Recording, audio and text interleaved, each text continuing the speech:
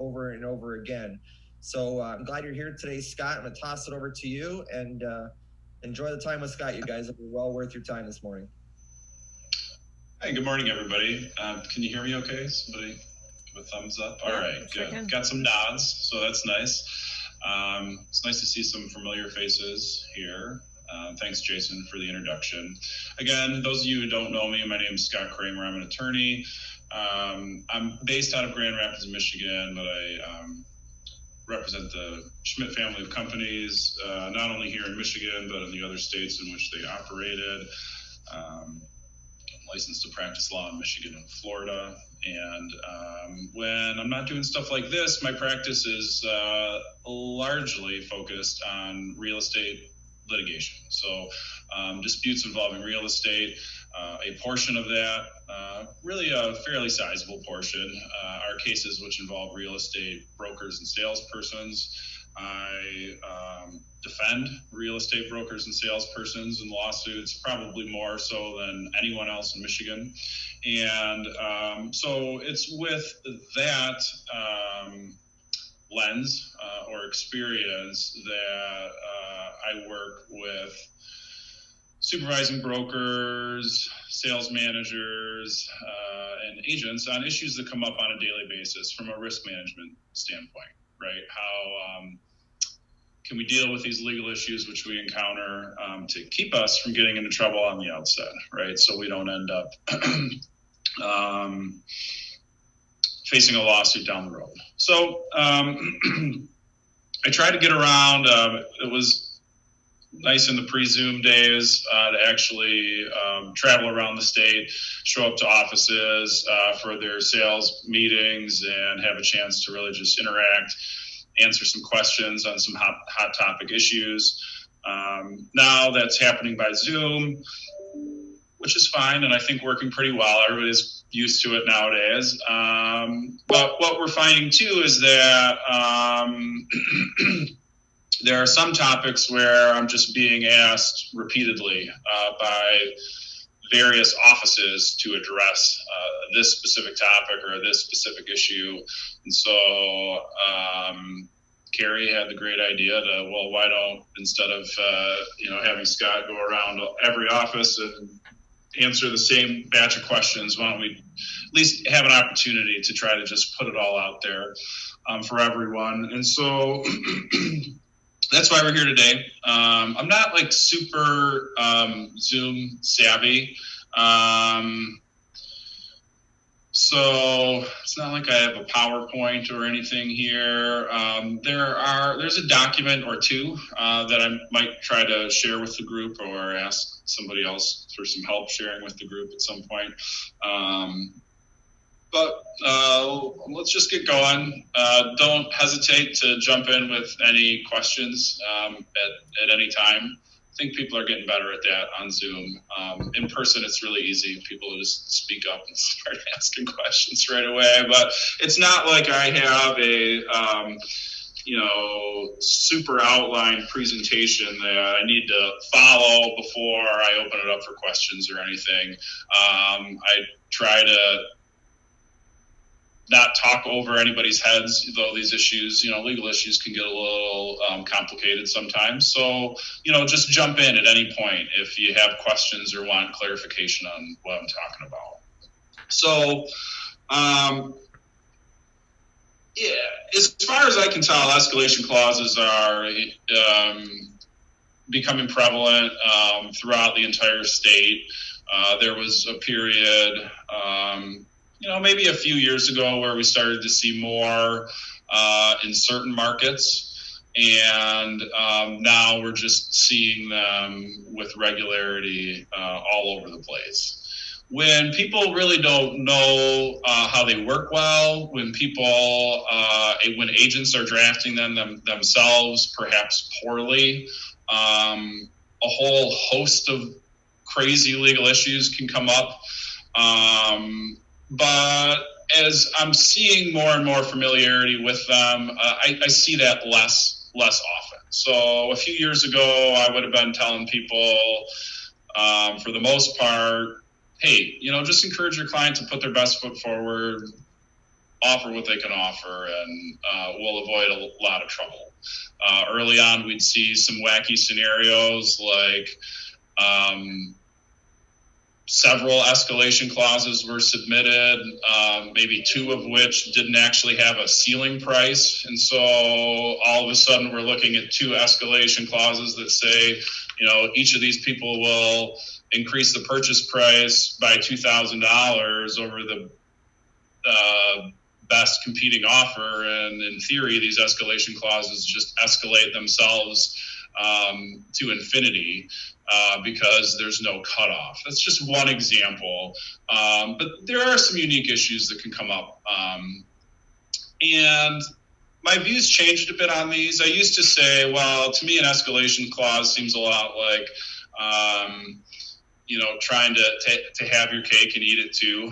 That somebody says, well, I want to buy this house. I don't want to get outbid, but I also want to pay the smallest amount that I can for it. So somebody comes up with this concept of an escalation clause to achieve that objective. Maybe that's a cynical view. Now I see them as a pretty valuable tool when we're dealing with multiple offer situations.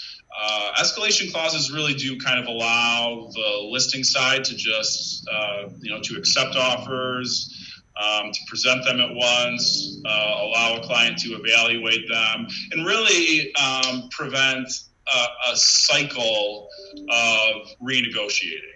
In the past, without escalation clauses, there's nothing that would stop a listing agent from fielding offers and then going back to the top one or two or however many and asking for more money and, trying to leverage more money from one buyer based on another price. And there really was no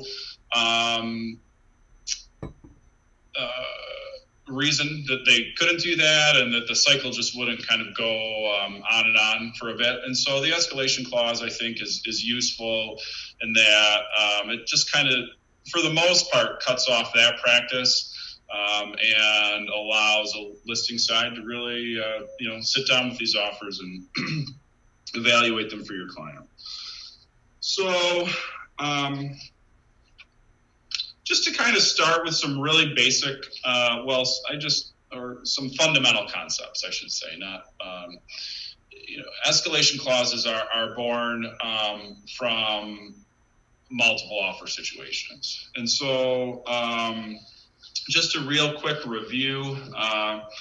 There's not a lot of law that governs agent legal duties and responsibilities in multiple offer situations, or specific law, I guess I should say. I often present saying that the only law that is directly on point is in the rules section, which is promulgated under the Occupational Code, and that's the law that requires a real estate salesperson to present all offers they receive to their client. So that's kind of the start and finish, really, of what your obligations are in multiple offer situations. So if we unpack that a little bit, what does it mean? Well, there's no requirement, for example, that a seller consider offers in any particular order. Okay, these things just kind of come up sometimes. People complain and say, like, well, I sent mine first and your seller looked at the second offer first or something. That doesn't matter. Your obligation is to deliver them to your seller, but there's no requirement that they consider them in any particular order. There's no requirement that they, reject one before they can look at the next one or consider the next one. There's no requirement that a seller reject an offer at all. The seller can accept, they can reject, they can counter, they can do nothing. Okay. Sometimes in these competitive bid situations, agents on buyer side are like demanding to proof of receipt or delivery. There's no legal requirement for that. You can absolutely refuse to do that. You can ask for it on the buy side, but nobody's obligated to tell you to prove that they complied with this law. They're obligated to comply. I mean, there's a legal obligation to comply with it, but nobody has to prove it to you that they did it. And so, excuse me.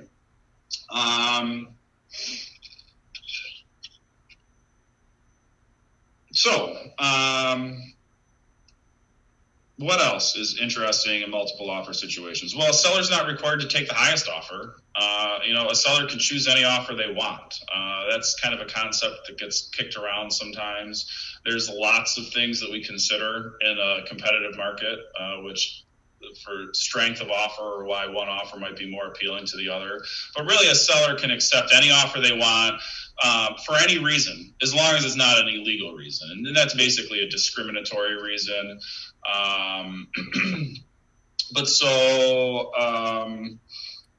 Sellers not required to take the highest offer. They can decide what's attractive about one offer or another to them. Sometimes what we're often dealing with is like a highest and best situation. Now, there's a couple scenarios where that happens. Many times houses are being listed and there's instructions in the listing that all offers are going to be held and presented to the seller on such and such a date and time. There is I won't delve into the little bit of legal controversy about whether that's acceptable or not. My view is that practice is acceptable as long as your client consents to it, and we'll just leave it at that for this talk. But so when we're dealing with this consideration of multiple offers, a highest and best situation, the other thing that kind of I see sometimes is that some people think that an invitation for a bunch of offers at a specific time, or going back to agents and saying there are multiple offers, or I'm expecting to receive multiple offers, so I'm asking you to resubmit your highest and best or submit your highest and best, that somehow that term highest and best, it seems to imply like almost like an auction situation, but it doesn't. There's no legal implications from asking for highest and best that would somehow then invalidate these other concepts that I just talked about, right? I mean, just because you said I'm asking for your highest and best doesn't mean that all of a sudden now your seller is obligated to accept the highest offer. Okay, they still can accept or reject any offer from the lot, and just because you were asking for someone's highest and best doesn't then obligate your seller to accept the highest or to accept any offer at all, in fact. Let's see. Hey, Scott, there are a few questions in the chat box, just so that... Oh, I'm sorry. I'm not really good at kind of catching those. That's okay. I'll keep an eye on them if you want me to.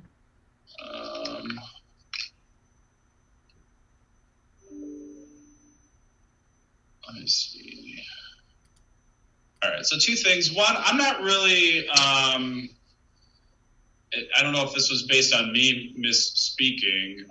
I'm not aware of this concept that escalation clauses are illegal, or someone making that argument. They do create a lot of legal issues, is what can happen. And so, and as we talk about an escalation clause and the components of it, I'll highlight some of those. But so just the issue there was that especially poorly written escalation clauses just kind of raise a lot of questions and raise some legal issues, just even like as simple as like, well, how do you accept this escalation clause? And that was more the concern. Now I think there's, like I said, we kind of, I have an outline for best practice. There's a really good form, an escalation clause addendum, which exists now, which I really like and advocate its use. and we'll look at that a little bit. And I agree, they're useful tools. I see another question just about cash to cash or all other. Renee question. To address Renee's question, I guess here it's, there are multiple things that we consider that just make offers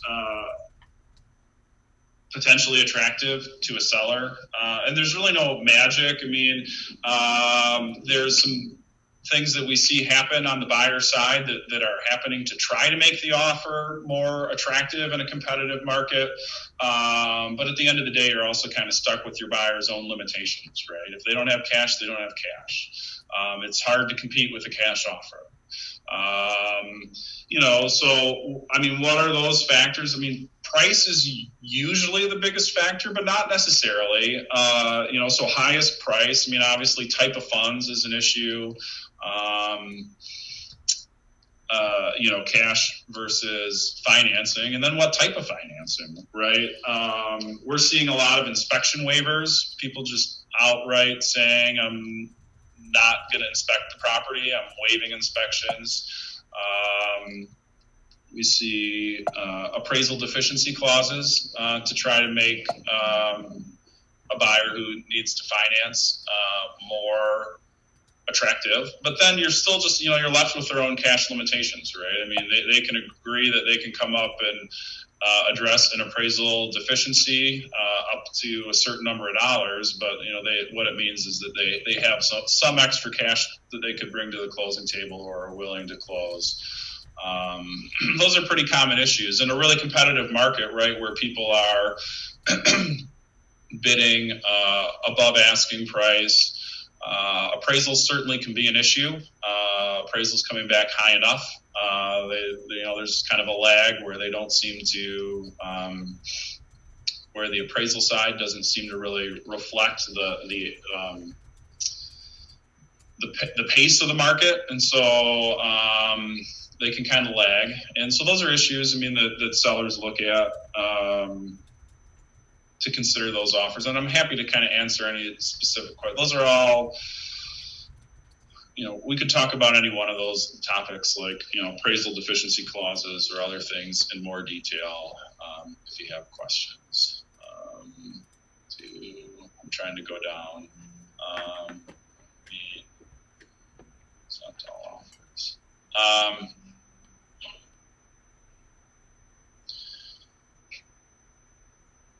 Yeah, okay, so got some that I'm not totally clear on, so maybe I'll ask. So one question here, I think the next one, well, let me see if I'm taking this. Do buyers agents have the right to present their offer to a seller? Like, personally, there's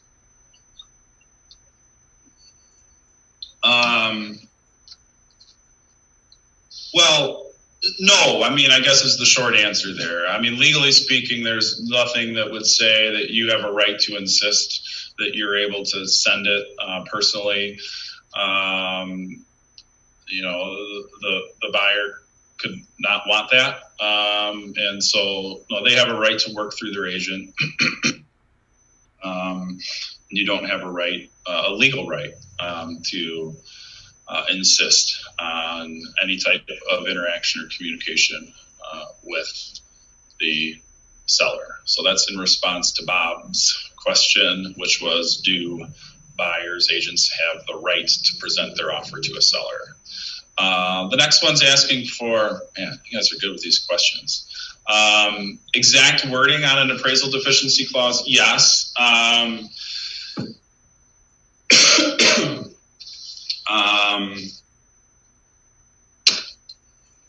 I'm happy to send, it might be easiest like for some specific language that I could just circulate an email to Carrie or Jason or someone who could send them out after. I can do that with an escalation clause as well. Appraisal deficiency, in essence, is just going to say that seller will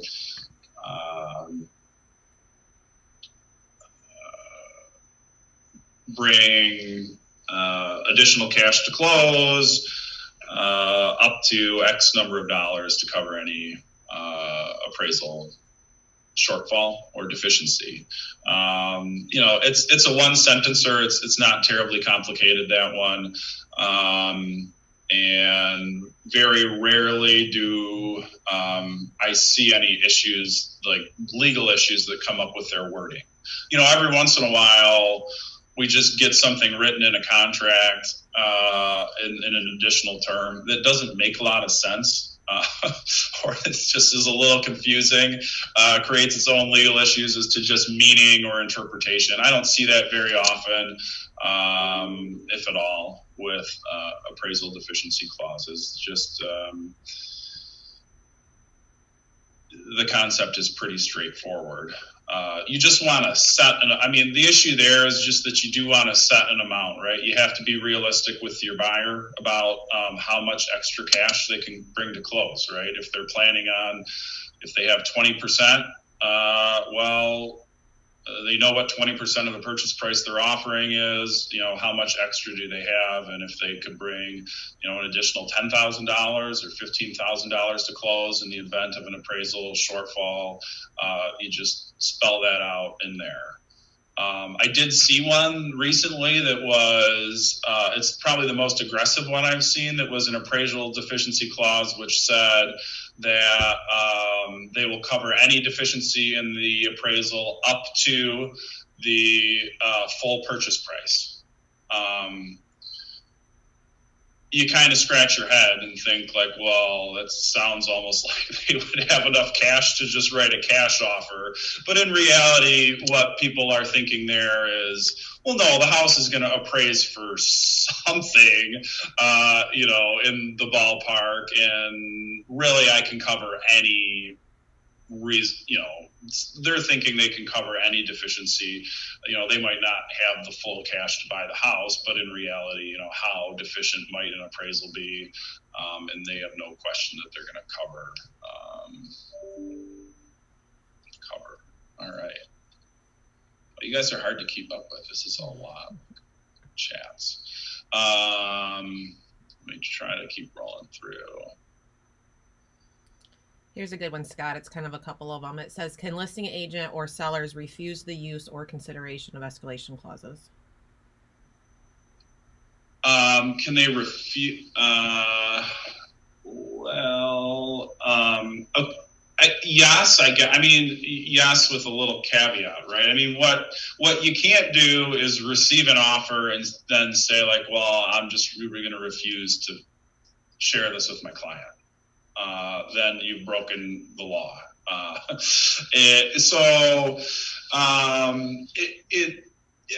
I think there's less of that out there, but I had heard that before, that some agents would say like, don't write an escalation clause. You're not going to get the house. If you do, an agent can say that. If an agent tells you that they're not going to present an offer, if you write an escalation clause, I'd ask them to put that in an email and then share it with your local realty board. Really. So,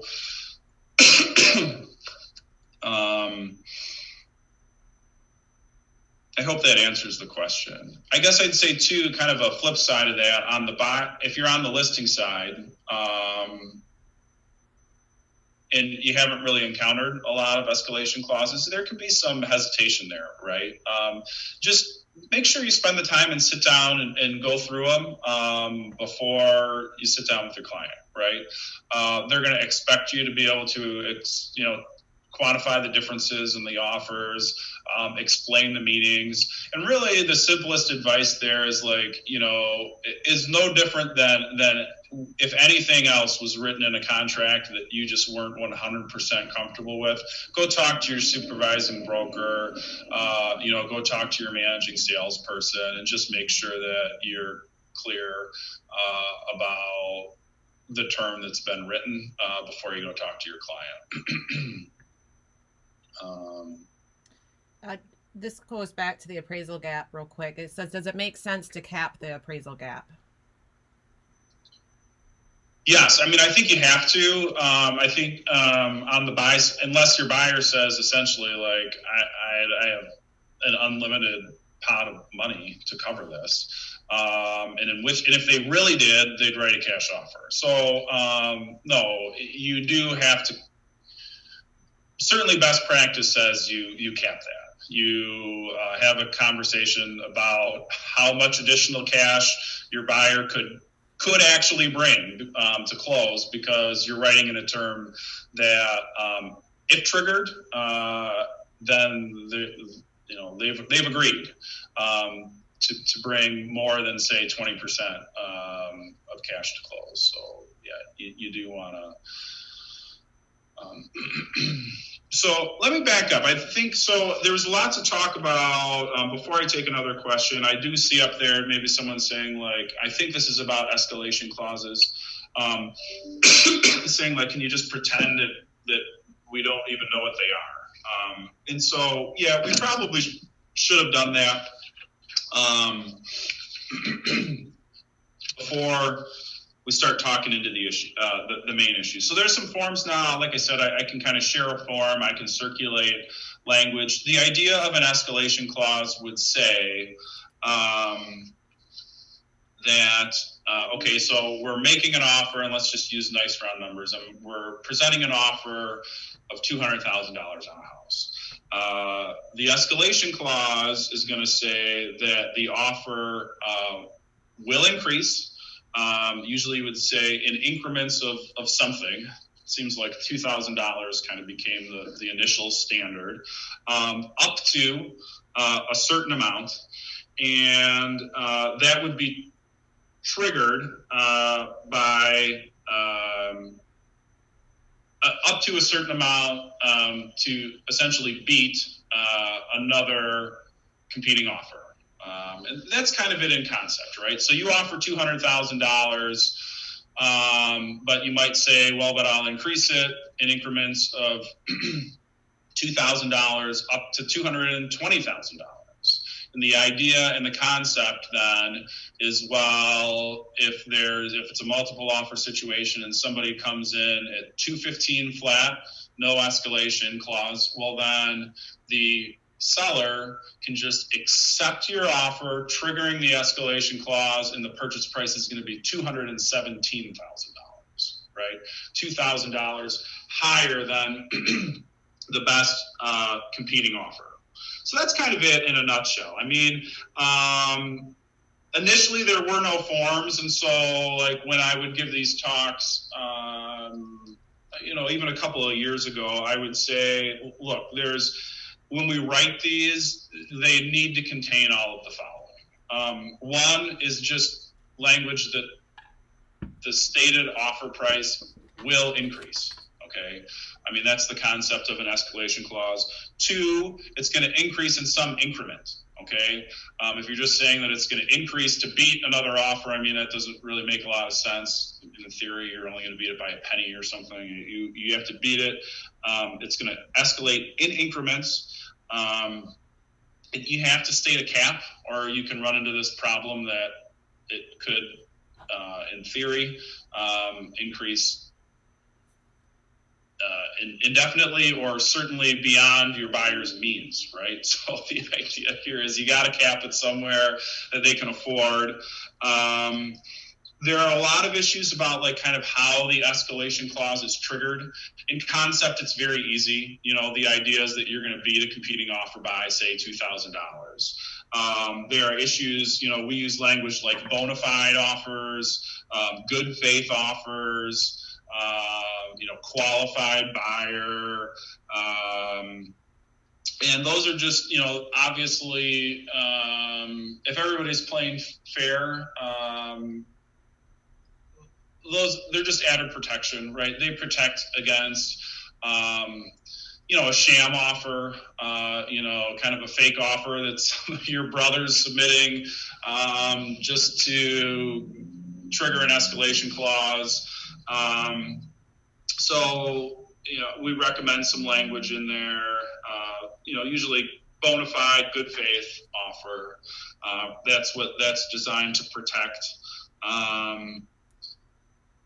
Almost always a standard now is that you need some kind of proof of the offer. Obviously, you're not required to take the other person at their word, but if you don't have that written into the escalation clause, this is one that kind of came up a lot early. Like somebody's writing an escalation clause and it says that you're going to beat any good faith offer by $2,000, and then the agent comes back and says, great, we've applied your escalation clause, and so the new purchase price is X. Well, then buyer's agent is saying, okay, can you show me that offer? And seller's agent might say, no, I don't have to. It's not in the contract. There's no requirement for me to show you this offer. I'm just, but we're triggering this escalation clause. So now almost exclusively, you're going to have something in there that requires proof. Mostly you're going to say they have to provide a copy of the offer. It might also include that, not only a copy of the offer, but proof of financing or proof of funds. And when I write them, as a pro buyer provision, and say that it's in the buyer's sole discretion to assess whether an offer is in fact a good faith bona fide offer. So if somebody sends you a quote unquote competing offer, but it has some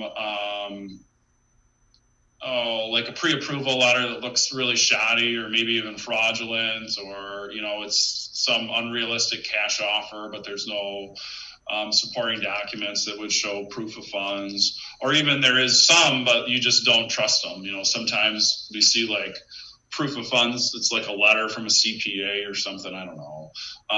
And so I put language in there that would give the buyer the sole discretion to assess.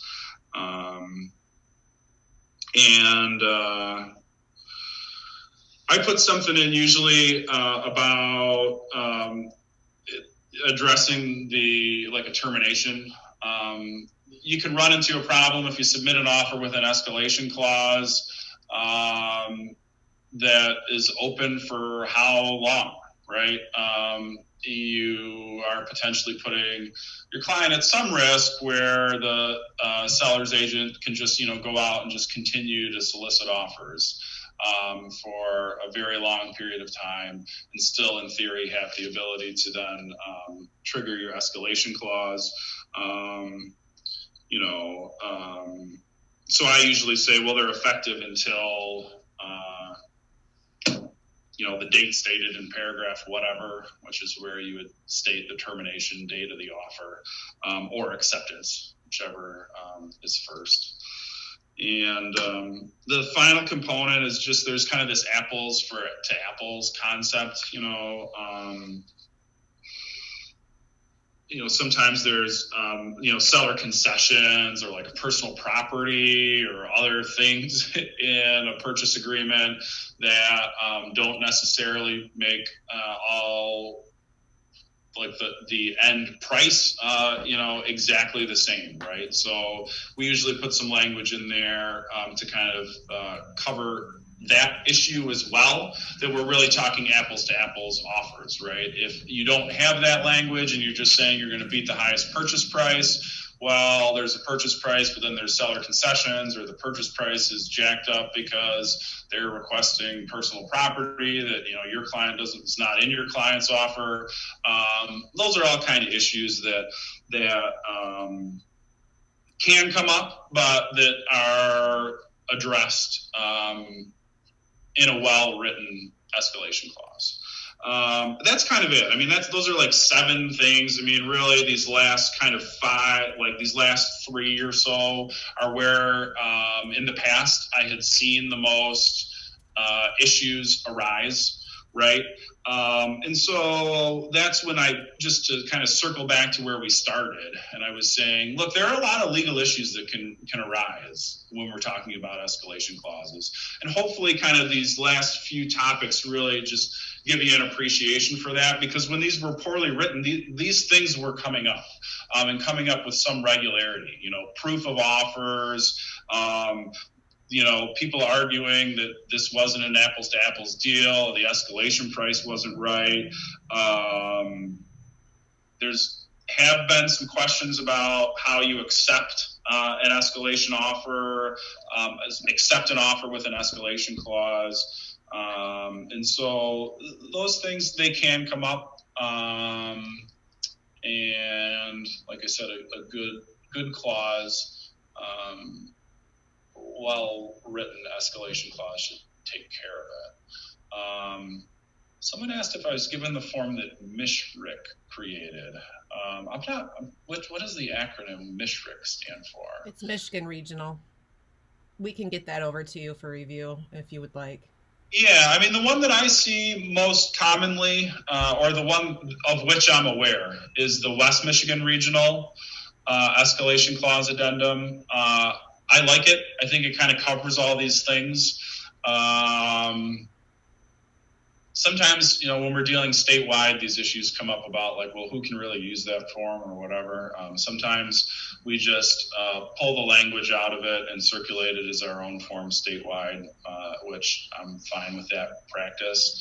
And think that if you have some understanding of these issues, what they mean, how they work, that having a pre-printed form available to you certainly makes perfect sense to me. Sounds like best practice. I know around here, there's some agents that have been dealing with escalation clauses for years. They've been writing them themselves, and I see them still write them even though these forms exist, which is fine. But if you're doing one for the first time, I just would go grab a form. Peter would like to know if you've actually experienced a case of a listing agent gaming the system with a fake bona fide competing buyer. I guess no. I mean, is the short answer. Not someone really gaming the system.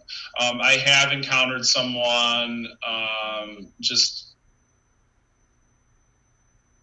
I don't know if questioning, not really questioning if the offer was in good faith, but just there were some concerns there. I think somebody looking at an offer and saying, if I was looking at this on my buy side, on the sell side, like questioning a pre-approval letter, for example, or an offer that comes in conditioned upon financing but doesn't have a pre-approval letter, right? Well, that's like, it's a little hard to say like, well, I should just accept that at face value. Obviously, if your buyer is fine with the price, in a competitive market, I think a lot of people, the buyer's pretty happy if their offer is accepted, even with the escalation clause. Hey, it's within an amount that they said they could pay, and they're happy just to do it. Okay, so that one doesn't happen so often, especially now. I mean, now I'm hearing more and more people saying like, I feel so bad. I don't know how to help my buyer. I mean, we keep submitting offers. Our offers contain escalation clauses and we're still losing all the time.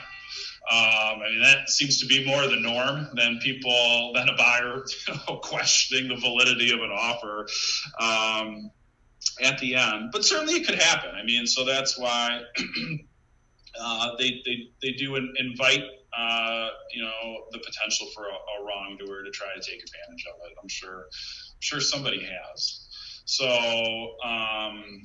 the question was, can a mortgage offer trigger the escalation clause in a cash offer?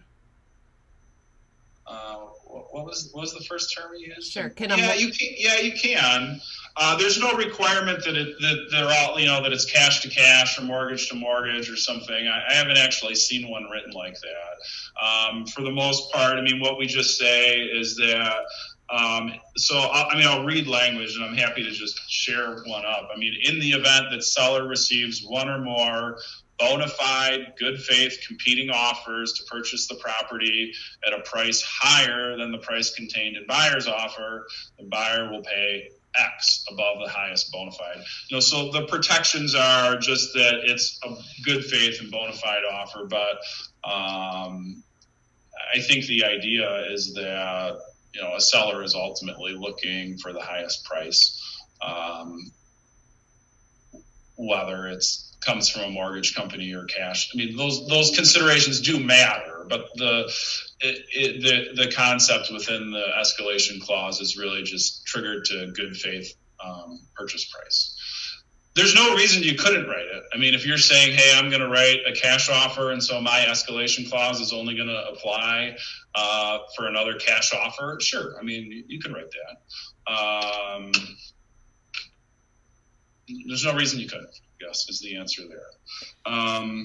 There's a lot of questions about forms and all that. And just so everybody on the call knows, I'll work with Scott after. He'll review some of the ones, and we'll make sure that those are in dot loop and fillable, so that we will make sure everybody has what they need. So you can kind of, we'll reconvene on that. Yeah, here, I'll try to share my screen here. I'll pull one up. All right. Let me see if this works.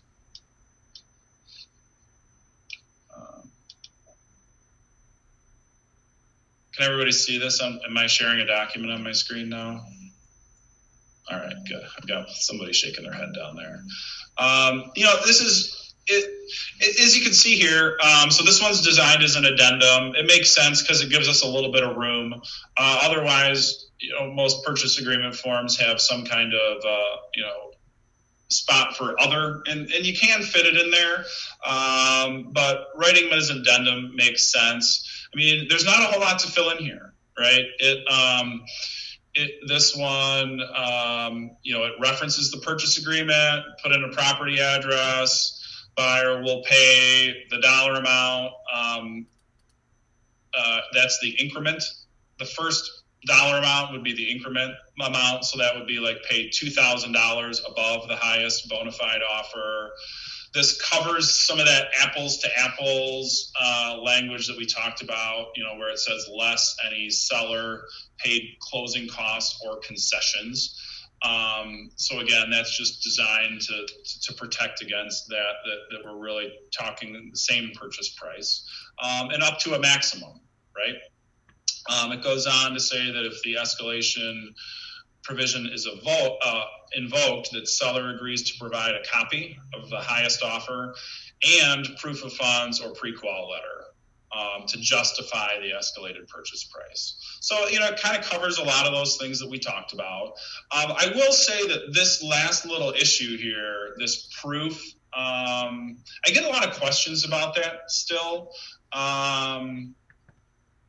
There is no legal reason that you cannot share any offer with any other person. Okay. I mean, I think some people question it ethically. I don't think it's an ethical violation. Some people maybe just see it as like, I don't know, kind of dirty pool or something.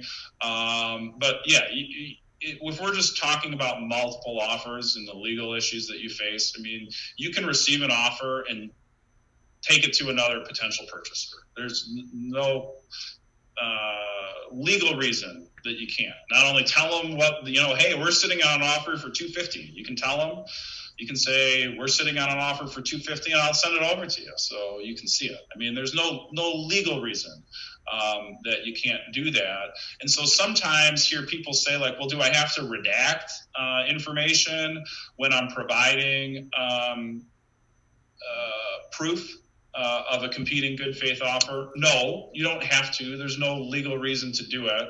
I think someone was advocating at some point that was best practice based on some confidentiality concerns. Again, this isn't medical information. There's no like HIPAA regulations here. If somebody writes an offer and provides it to your seller, to your seller, you can share it. There's nothing confidential about that offer. And sometimes I have seen people try to provide a redacted offer, and with some personal information blocked out, and the person who submitted, the buyer's agent who submitted the escalation clause, balk at it, and they say, like, how do I know this is real? There's not even a person's name that I can read here, and I think that they're justified in saying that. Hey, I've asked for the offer, send me the offer. So this is, again, just an example of an escalation clause. And so this is a kind of a secondary issue here, which is worth pointing out. And I like this on this form. There is an issue that comes up, the legal issue about, like, well, how do you really accept an offer with an escalation clause? In a very technical legal sense, we're taught, and this is the law, is that, well, anything other than just an unqualified acceptance signature when you send an offer back to a buyer really is a counteroffer. And so if you're saying, I accept, but because of your escalation clause, the purchase price is now $250 instead of $215, there's at least a legal debate about whether that's actually an acceptance or whether it's truly a counteroffer. From risk management, best practice standpoint, the simple solution there is just make sure you get that bottom line. So if you're accepting an offer with an escalation clause that states the new escalated purchase price, make sure when you send that back to the buyer's agent that they bottom line it, they have their buyers sign it again, and then you're all set. That legal issue is taken care of. This form tries to kind of head that off. And so I do like this. I was advocating for folks to write this kind of language if you're on the accepting side of an escalation clause. So you'll see here where it just says, okay, the offer is accepted, and that pursuant to the offer and the above escalation clause, the purchase price is. So it gives you an opportunity to state what the new purchase price is, which the title company is going to have to get in there somehow, right? The title company needs a signed document that's going to state the purchase price. And then it includes this additional statement that this information is provided for clarity, and it's not considered a counteroffer so long as the terms of this addendum are met. I think this is it's good. It's just trying to provide some extra protection and clarity on the issue. It's not absolutely necessary, but this is an issue that arises sometimes. It's like, well, how do you accept an escalation clause and then have a document which states the purchase price? The other option is that it's not accepted. Okay. This is an interesting concept, one that we're talking about more now, about whether it's best practice to, number one, so let me back up. Let's assume we're on the listing side of a deal. These are competitive markets. We're receiving a lot of offers. And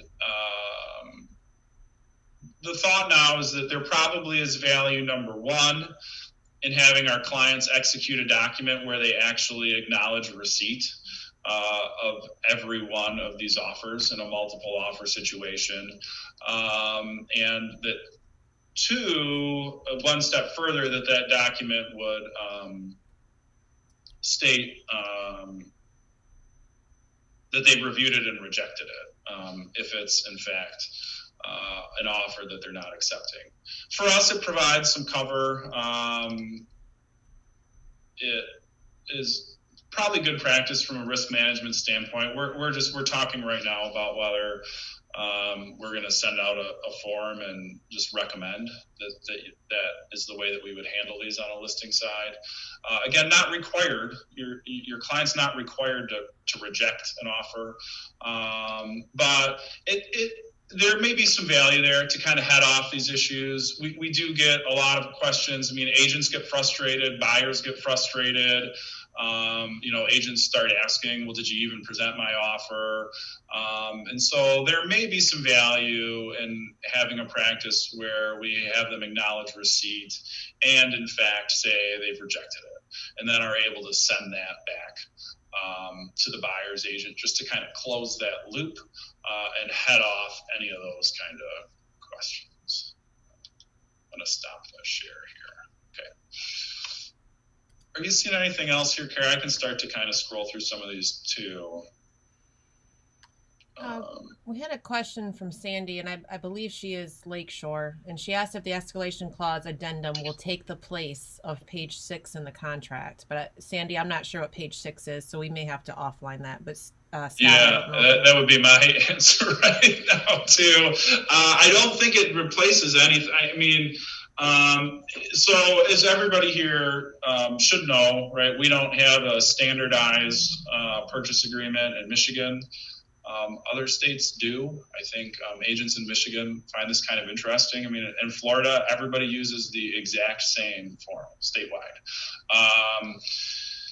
So, which can kind of simplify issues. But in any event, there's no such thing as a standardized form. And so trying to say like, well, here is a standardized addendum and apply it to every single purchase agreement doesn't, it works in concept, right? And any contract can have an addendum, all right? And if it's just, hey, this is an addendum, we're just sticking it on the end of our contract, that should work just fine. But I like maybe this question is about like, well, normally on the form, there's, boxes for accepting, where the seller or the buyer is going to sign if you're accepting or countering. And so if that's kind of the question, yes. I mean, if we're writing an addendum, like this addendum form that has places for the buyer's signature and the seller's signature, I don't know if dot loop would like automatically populate and just require them to sign everywhere anyway. But the idea here is, yes, that these kind of become the new bottom line signatures. For lack of a better term, these are the ones that are at the end of the contract and that will make it a purchase agreement, a binding purchase agreement if both parties sign. We had a question. Can the seller just counter at the buyer's max cap that is stated in the escalation clause? Yeah. Yep. So, there's yes, I mean, it's a very simple answer there. There's no requirement. You don't have to accept an escalation clause. So yeah, you can accept and apply it by its terms. It could be rejected. You can just counter, right? There's no reason that you can't and say, well, it says you pay up to this, so that's my counter offer. Absolutely. You could. You can't just say like, well, it'd be a counter. You can't just try to do something sneaky and say like, well, this just means I can like accept at your max price or something. I mean, that doesn't work, but yep, you can counter. I did see a comment that says that this form doesn't say anything about sole discretion, and that's correct.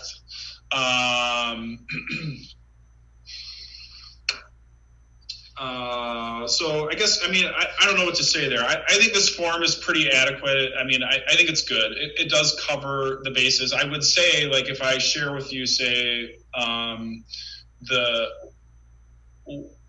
clause that I've written and shared, it's a little bit beefier than this.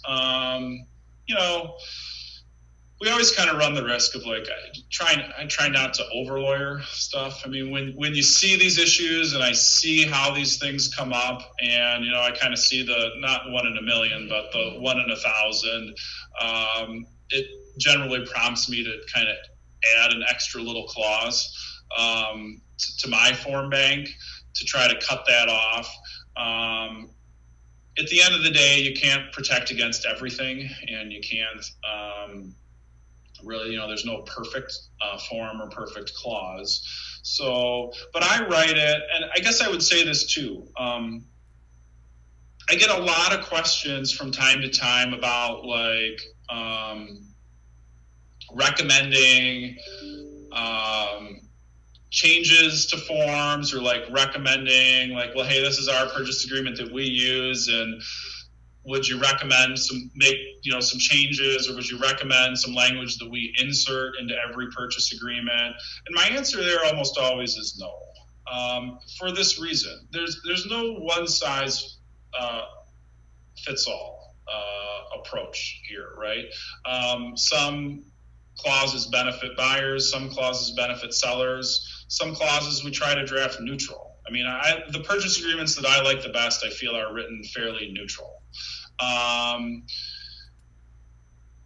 And so there really is no right answer in terms of modifying a purchase agreement, because it depends, like, well, who are we representing in the transaction and what their side is.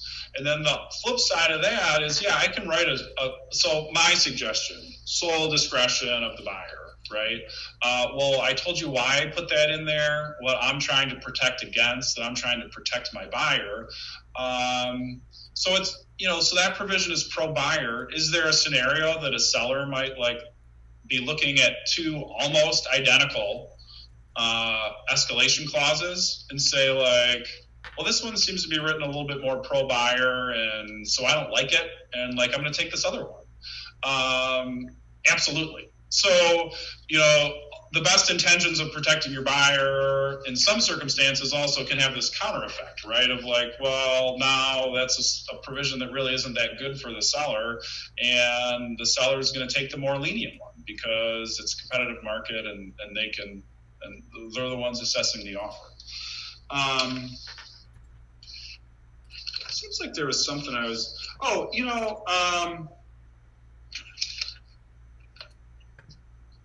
just to kind of, I think we were slated for an hour, so we're probably getting there. I've covered most of what, I wanted to lay out for you guys. A question that I get sometimes is just well, what am I seeing, or what am I encountering with escalation clauses these days? And I can say that it's in certain markets, everybody, okay, we got 12 offers and every single one has an escalation clause. And so then all of a sudden people start saying well, are there ways that I can make my escalation clause more attractive? We have very similar offers on many terms, almost apples to apples offers, and then they both have escalation clauses. At the end of the day, probably the highest price is the most determinative factor. But one thing that I do see now is that people are in the increment is getting higher. Initially, like I said, every single one, it seems that I saw was raising a purchase price in increments of $2,000. Now I see 5, now I see 7, now I see 10.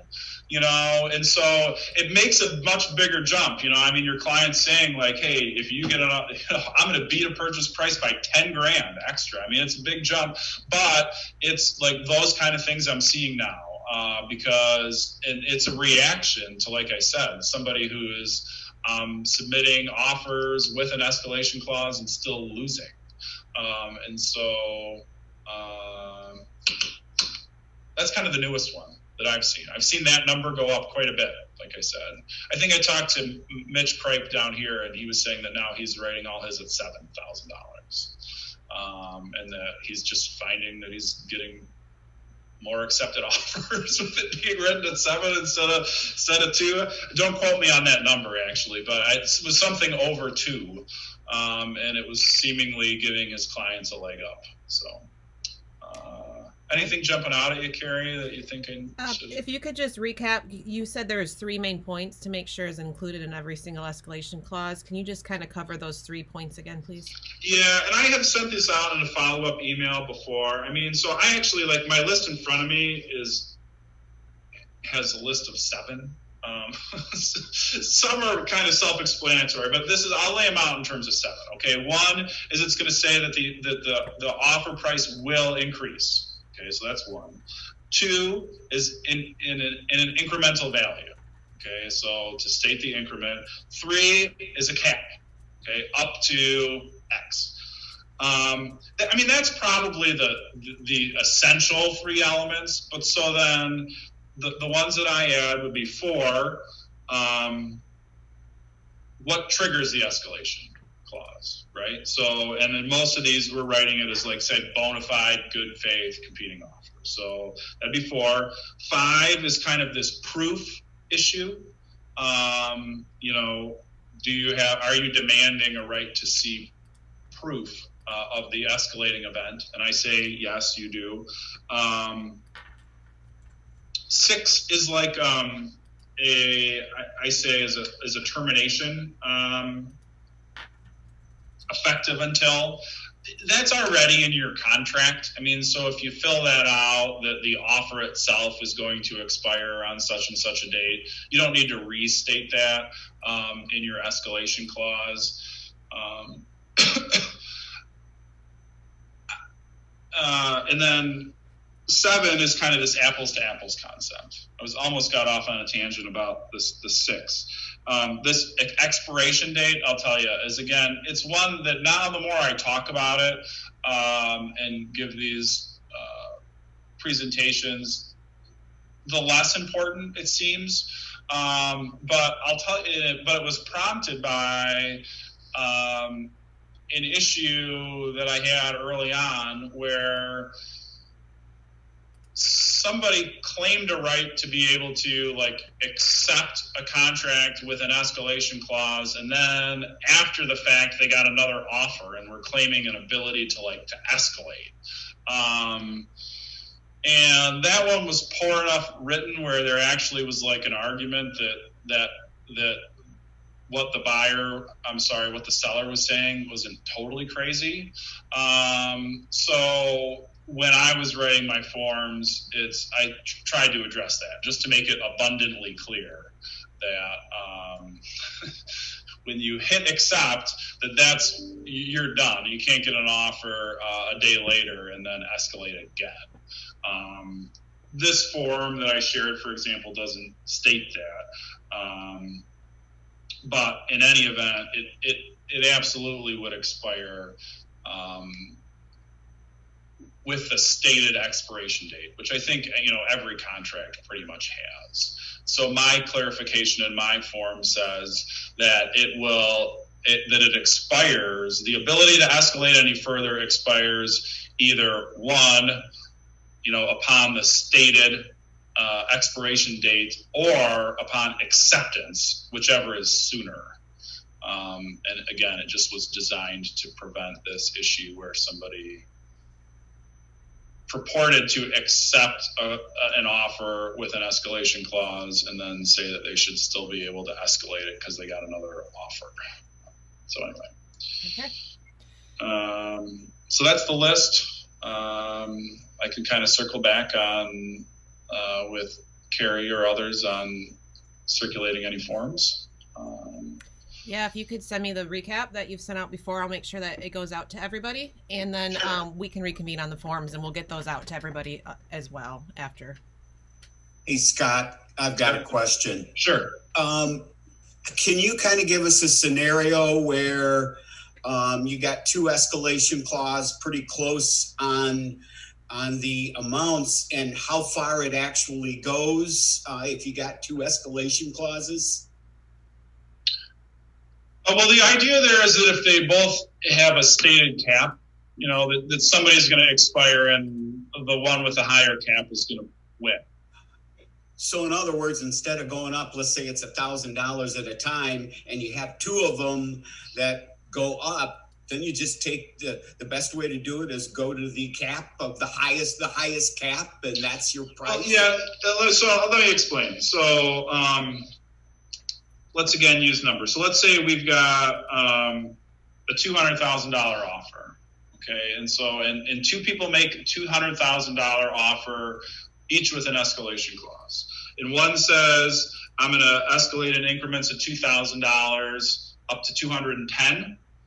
And then the other one says, I'm going to escalate in increments of $2,000 up to 220.